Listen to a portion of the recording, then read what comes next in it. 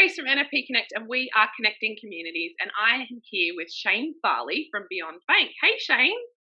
Hi, Grace. How are you going? Really well, thank you. How are you? I am well. I think I'm probably a little colder than you are up there in the Hunter Valley region, but yeah, Adelaide's definitely starting to hit the middle of winter, or the start of winter anyway. Have you got enough firewood? Are you allowed out to get firewood? You are allowed to go out and get firewood. The fire ban season doesn't end for another 24 hours, so April 30 is the deadline. We're pretty cautious with fires in South Australia, so we all adhere strictly to the deadlines. Yeah. There's a few deadlines coming to an end. We get to, New South Wales actually gets to have an extra visitor at home today. That'd be nice. It'd be hard to choose. I know. Well, yeah, you've got to prioritise your friends at this point. So friendships are going to get lost in the COVID allowance scheme. So tell us a little bit about what you do at Beyond Bank. Okay, yeah, so I'm the National Community Development Manager at Beyond Bank. We're one of the few banks in the country, Grace, that actually has a community development division. People look at us a little funny when we say we work in community development and we work in a bank.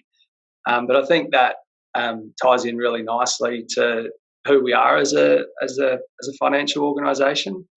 There's two types of banks in Australia, and one of those is customer-owned banks, and that's what we are. And being from where you are, there's plenty of really great customer-owned banks up that way as well. You'd have a really good understanding of what that means. And my role in the community development team, we oversee a program that has a lot of variety in it. We do aim to be the bank of choice for not-for-profits, and we've had some really great advice from our not-for-profit partners on how to do that effectively over the years. So we've really tried to listen to our customers who are our owners to make ourselves the best we can be in that space. But outside of that, we run a range of different things. We run partnerships with community organisations through our Beyond Bank Foundation. We're trying to impact in some key areas like age, disability, affordable housing and financial wellbeing. We have a pretty comprehensive sustainability program as well, which ties in really nicely with our B-Corp Certification. So for those that haven't heard of the B-Corp movement, it's a really great movement of businesses across the globe who are just looking to use business as a force for good. And it's a certification that's pretty hard to get, but once you've got it, you join this great movement of organisations right across Australia and right across the globe that you can learn from, and that's a key part of our community development program as well. So it's pretty interesting existence, and I feel pretty lucky to be working for a bank like Beyond Bank, but also be working in such a great team focused on community issues. So I want to talk a bit more about B-Corp later on, but how have you found that with your good relationships with community, how has the communities been affected by COVID? In so many different ways, Grace, community's been affected by not just COVID, but the bushfires before that. Our foundation was in full gear in January and early February, working with regions that had been heavily affected by the bushfires, and we were talking to our not-for-profit partners, not only in those regions, but right across the country. And there was a couple of themes there. For those that weren't involved directly in the bushfire relief effort, there was some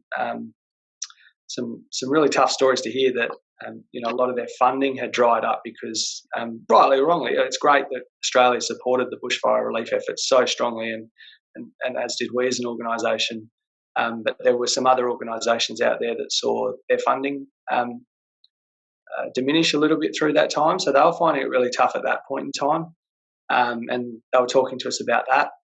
And then, of course, they were hoping that things would get back to somewhat a normal arrangement for them through March, April, May, and onwards for the rest of 2020. And then COVID hit.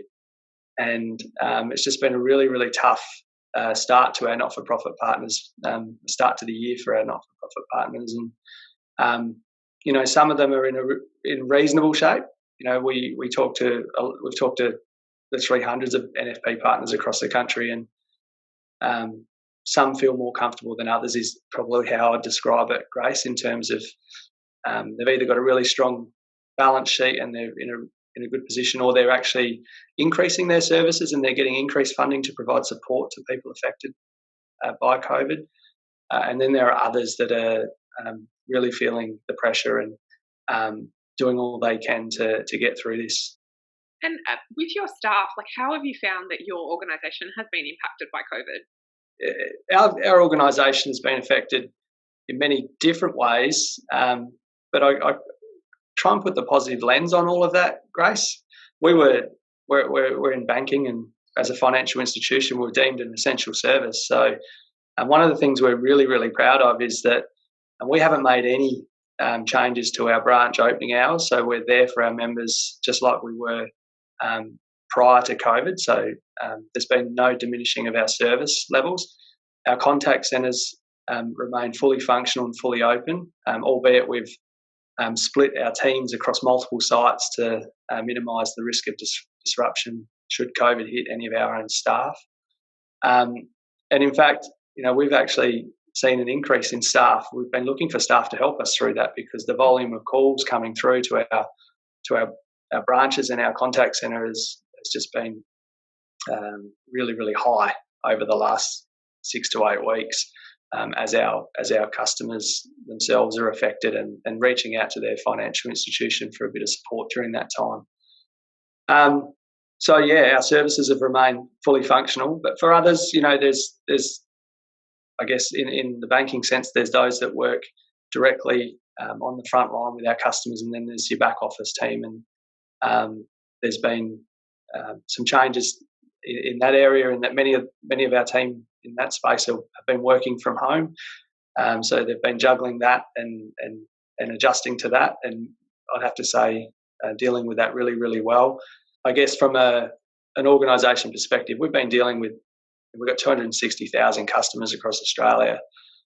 Many of them are doing it quite tough at the moment, and speaking to our staff about what their financial institution can do to help. So we're doing everything we absolutely can to help. But at the same time, we're mindful of our staff's role in that, because when they're in that situation, sometimes they're almost the accidental counsellor, if you like, Grace, and dealing with some really hard stories to hear, and just trying to provide the best service that we can. And I know on many fronts, you do so much amazing work, and I've talked to, obviously, NFP Connect has a partnership with Beyond Bank in our breakfast note, and we have had for a long time, so it's really fascinating to watch and see how different types of banks react to things. And I think, with the community focus and from staff and not-for-profits, it's quite cool to see how everyone can kind of work together to step up to do what they need to do. So what are you learning, or have you learned through this process? Grace, there's so many learnings that come out of a situation like this. We're trying to keep a complete list of everything we are learning right through this whole thing, because we're learning some really, really good habits in tough times. And someone once said to me that you learn bad habits in good times and you learn really good habits in tough times. Our organisation has evolved and adapted really quickly throughout the last 6 to 8 weeks. We would have liked to have thought that we were quick and agile and innovative. I think we've amplified that tenfold, 20-fold over the last 6 to 8 weeks. We're doing things now so quickly that in the past perhaps might have taken a little bit longer to achieve. And as you look across the organisation, you look at our IT team or our property and facilities team, our people and culture team, just doing really, really great stuff to get things happening and get things moving. And you look on with admiration, and then you look at our frontline, who are dealing with our customers day in, day out, and you learn a lot about the strength and resilience of your own people. Beyond that, you learn a lot from your partners. I'd throw NFP Connect in that boat as well. Grace, we've had the opportunity now through the technologies that are available to actually be probably more present with some of our partners across the country than we've ever been. And it's really great to sit in on webinars like like the one you held last week, and others held by B-Lab Australia or Pro Bono News, who are another great service and another great B-Corp here in Australia. It is just really, really opportune, I think, at the moment to observe what others are doing and observe how others are handling this situation, because you can learn a lot from outside your own sphere at times like this as well, I think. What kind of programs and resources have you discovered throughout this time? Anything new, startling, strange? Programs and resources. There's one thing that has become evident to me, Grace, is that there's plenty out there, and I've really loved the way that others have adapted and got into gear really quickly and are running really great sessions to support other people go through this. So again, NFP Connect last week, great breakfast, and it was really nice to hear from your guest speakers. I've sat in on webinars for Pro Bono, for B-Lab Australia. As I said, observing others has been a really good thing. Just talking to people as well. In terms of if you're talking about support, one of our priorities was to reach out to as many not-for-profit partners as we had right across the country, and almost with no other objective than just to lend an ear and to demonstrate, or just at least convey that we're here to offer our support, and what do you need from us, or what could we provide at the moment that might help. But what we got out of that was just as much support as we were offering. There were not-for-profit partners out there who flipped it around as well and said, look, we appreciate that offer and we will take that support should we need it, but here's what we're doing, and here's what services we're offering throughout this time that maybe your members might need access to. And we've set up now some referral arrangements with multiple partners across the country, should they need it, for our members to help deal with some of the issues that are emerging in society at the moment. So I'd say that two-way exchange has just been a great opportunity to learn and listen and observe. Yeah, that levelling has been, I've spoken to a few different executives now, and that levelling has been, and the sharing has been amazing, where people are just kind of coming together, and it's sort of one of those things that you hope will last beyond this. But it's been really incredible to see that people are just, have this, have that policy, have this procedure, have this system. Like, we've all got to work it out. So, yeah, it's really nice to see. I agree, 100%. Yeah. How have you had any surprises? Like, is there anything that's been just, wow, like interesting, surprising?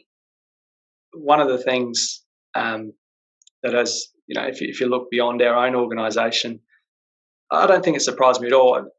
I think it's just pleased me just to see the way in which others are just helping each other, and it's nice to see individuals just do random acts of kindness and just lovely gestures to help others get through this. Of course, there's the odd isolated examples of people being perhaps negatively affected by this and perhaps acting out of character throughout the situation, but I wouldn't say that's surprising either, because this is a stressful situation for everyone involved, and people cope with it in a different way. But I have been really heartened, I'd say, not surprised by the way in which people have just banded together to support each other. Yeah. What have you found has been the hardest thing working from home? The hardest thing working from home, I don't know. I think I really enjoy working from home. That there's plenty of benefits from working from home. Grace, my wife Jodie used to work together at Canteen, and we're like any married couple. We've spent the last 20 years of our working life going off to work here and going off to work there, and she's in a situation right now where she's working from home. So being able to spend more time with your loved ones is a really, really great benefit. I feel like we're fortunate that our kids are just that little bit older and understand and respect that we might be in a call or we might be a bit busy right now. So they're good that they allow us to still do our jobs effectively, and it's been really nice to spend more time with the family. The hardest thing though I would say is our community development team is made up of a bunch of individuals who are by definition just people. So they enjoy the role that they have, and they enjoy the opportunity to be outside of their own environment, interacting with others all day, every day, trying to work out how we can partner and collaborate and work with each other. So for the team as a whole, I think that adjustment to being able to do that day in, day out, to having to find other ways to connect, and video technology is wonderful, and that's enabled us to continue those interactions. But for the person that really likes that people interaction, there's nothing that can compare to how it used to be, I guess, Grace. Absolutely. What's the first thing you're going to do when you get unisolated? First thing, I don't know. That's a really great question. I think maybe as a lover of sports, I think maybe in the past I'd taken for granted how good it was just going to a crowd. Yeah.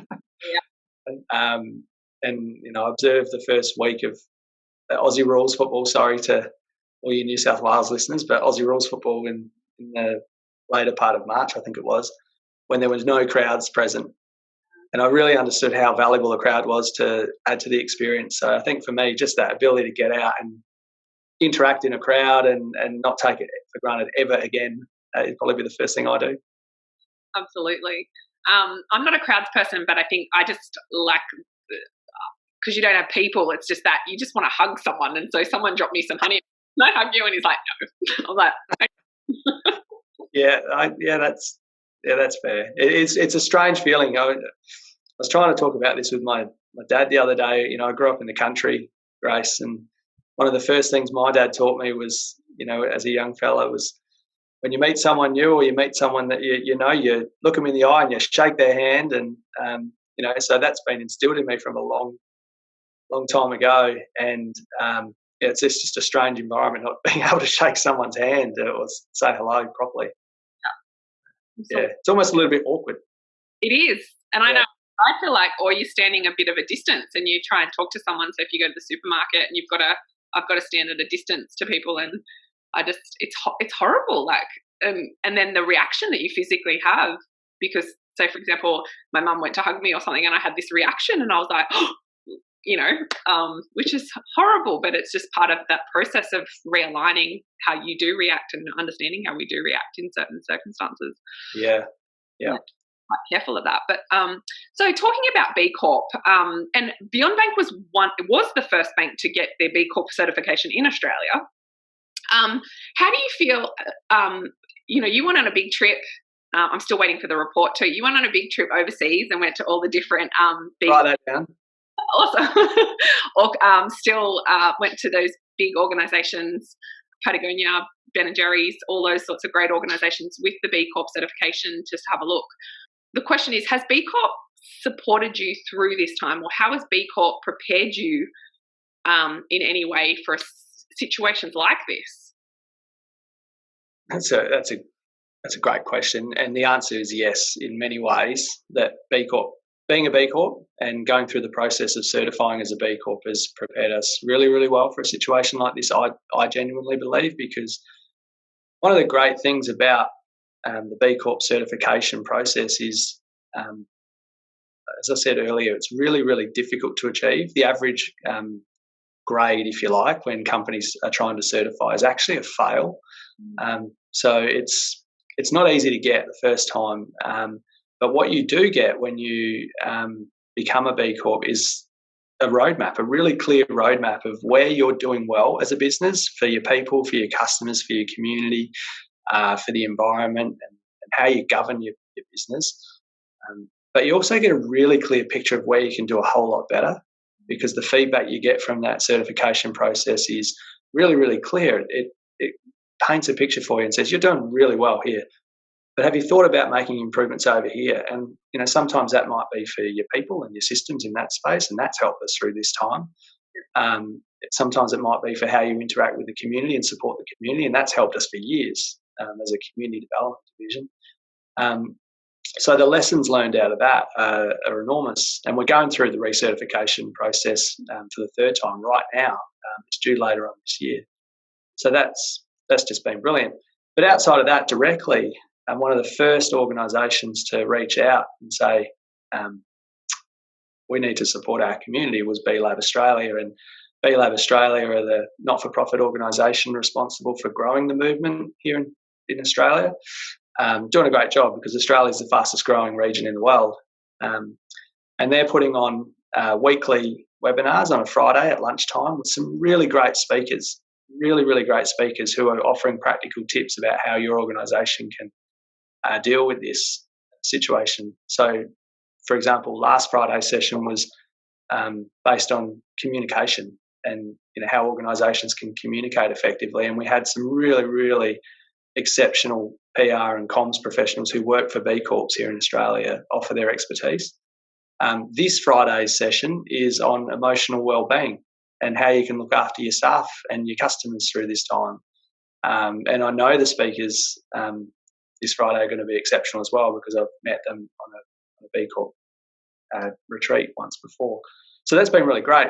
And then immediately following this, Grace, after this interview, every Wednesday, B-Lab Australia has an open room where you can jump in, have a coffee, and just chat to other B-Corps around the country. So a number of our staff jump in that each week and learn from those going through similar challenges, but learn from those who have similar mindsets and values that we share. And speaking of that, so for those that don't really understand the value of the B Corp, because it's governance, it's economic, it's people, there's a whole list of things that you have to kind of criteria. It's the purchasing, like your purchasing of, what do you call that? Shared value. Your supply chain, your procurement practices, the conscious supply. So it's a real conscious way in which you do business. So the benefits of having those people together, being that it's a fairly new initiative in Australia, because it's only really been here, that's quite powerful. Yeah, it's coming up nearly 5 years since we first certified, and we were one of the early adopters. But yeah, it is really powerful to interact in that community, and there are many B Corps that do business with each other as well and support each other in that way. And we've been the beneficiary of that. We've also been an organisation that's looked to do business with other B Corps as well. But the expertise in the movement is really strong. So when I go to the Zoom room coffees on a Wednesday, I do a lot of listening because there's a lot of lessons to be learned. How, given that COVID has created such a level playing field, and on the front of B Corp being, B Corp is a way of living that we are working towards, which is, social consciousness. How do you think being the head of the game as an organisation is going to help us, and what does the future look like in that what do we hope to get out of this COVID experience for the future in conscious business sense? It's a tough question, sorry. It's a really tough question. I've thought about what we hope to get out of it, and I'll take you back to my cliche at the start around, I genuinely believe that you learn, sometimes you learn bad habits in good times because you might get a little complacent and believe that things are all good and they're going to be good forever. But you can really learn some really good habits in tough times, and that applies not only to business but to individuals as well. These are my personal views, Grace. I do think there'll be a shift in the way in which consumers approach I'm coming at this from a financial perspective. We're in banking and we're really concerned about people's financial well-being. I do think that there'd be a shift in the way in which we approach our own finances as individuals and as households. There's so many examples of individuals and families being affected quite quickly by this because, it's a really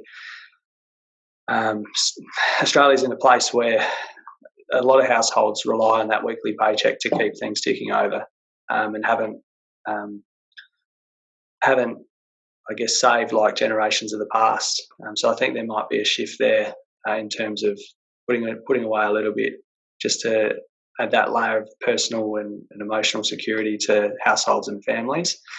From a business perspective, there's lots that we're going to learn out of it, lots of really, really good habits. You talk about B-Corp being a really good social movement. It's also a really strong environmental movement. And I think we're learning that maybe the amount of travel we've had to do in the past isn't as essential as perhaps we might have thought it was. So I think we'll see some positive changes there, albeit I still think those personal connections are important. Yeah. As for other good habits, we're trying to document all of our learnings, and at the end of it, we'll sit down and reflect and take the time to reflect on the ones that we think will stick in our business and make us a better business. And I imagine lots of other organisations and not-for-profits are doing exactly the same thing right now. So I think we'll emerge with some good habits. Stronger. That's awesome. So lastly, and you may have already answered that, but what blessings has come out of this for you?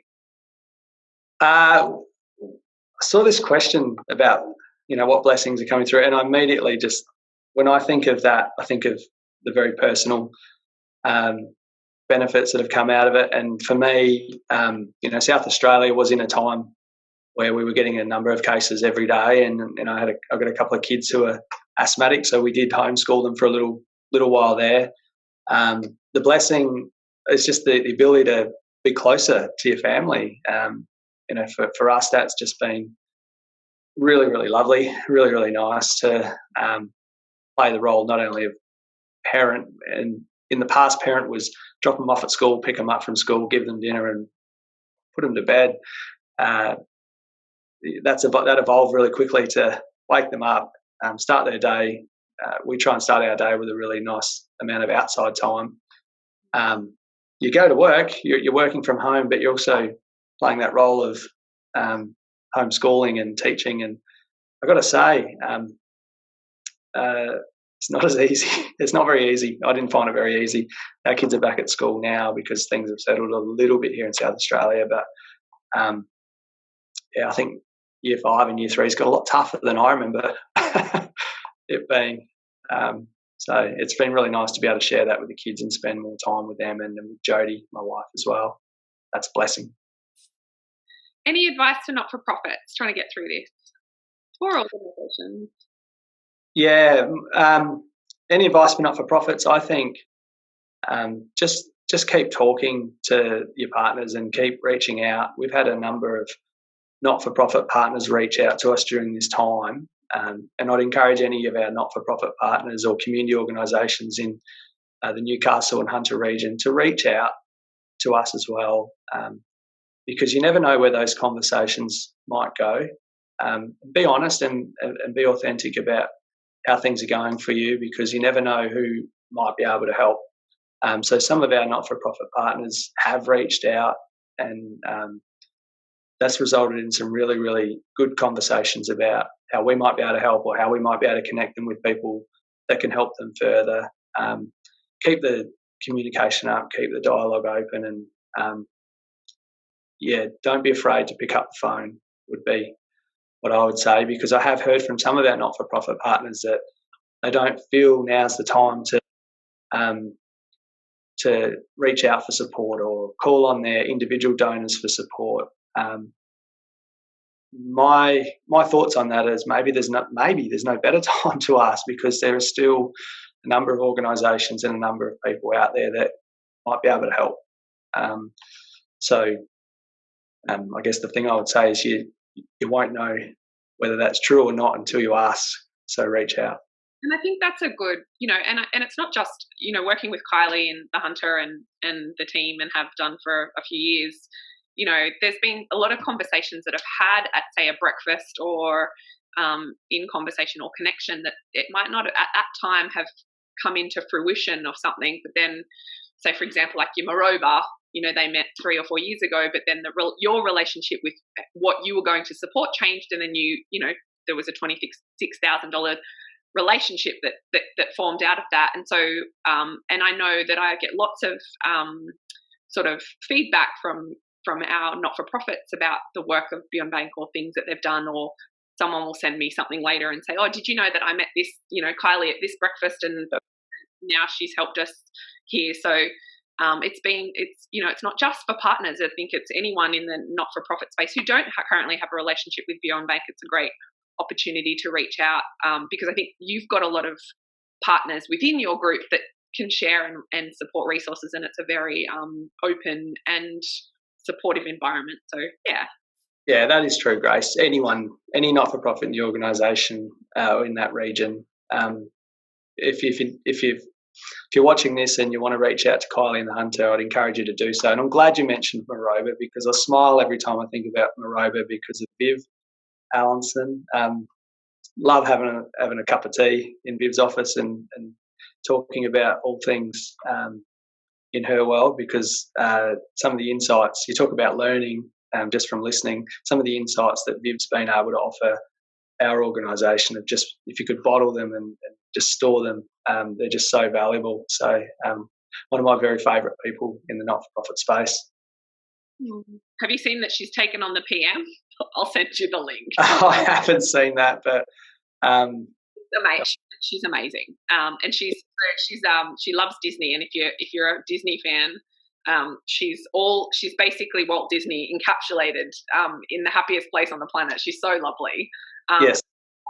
And her articulation around what's happening in the aged care space and what he's sort of released over the last couple of days was really powerful. And it's quite, it's just what you just said, it epitomises that. So yeah, just a great individual. I love spending time with Viv. Oh, awesome. I'm going to keep that and tag her on it. Thank you so much, Shane, for being here today, for giving me the time from all the way from cold Adelaide. I really appreciate it. Beyond Bank does such amazing work. And if you don't know, or would you like to find more information about Beyond Bank, you can have a look at the links below. I'll add those and their community site. And then if you've got questions, you can always email me, or and I can connect you with some of the team at Beyond Bank. Thanks, Shane. Thank you, Grace. Really, really nice to spend some time with you this morning and talk and listen. Thank you.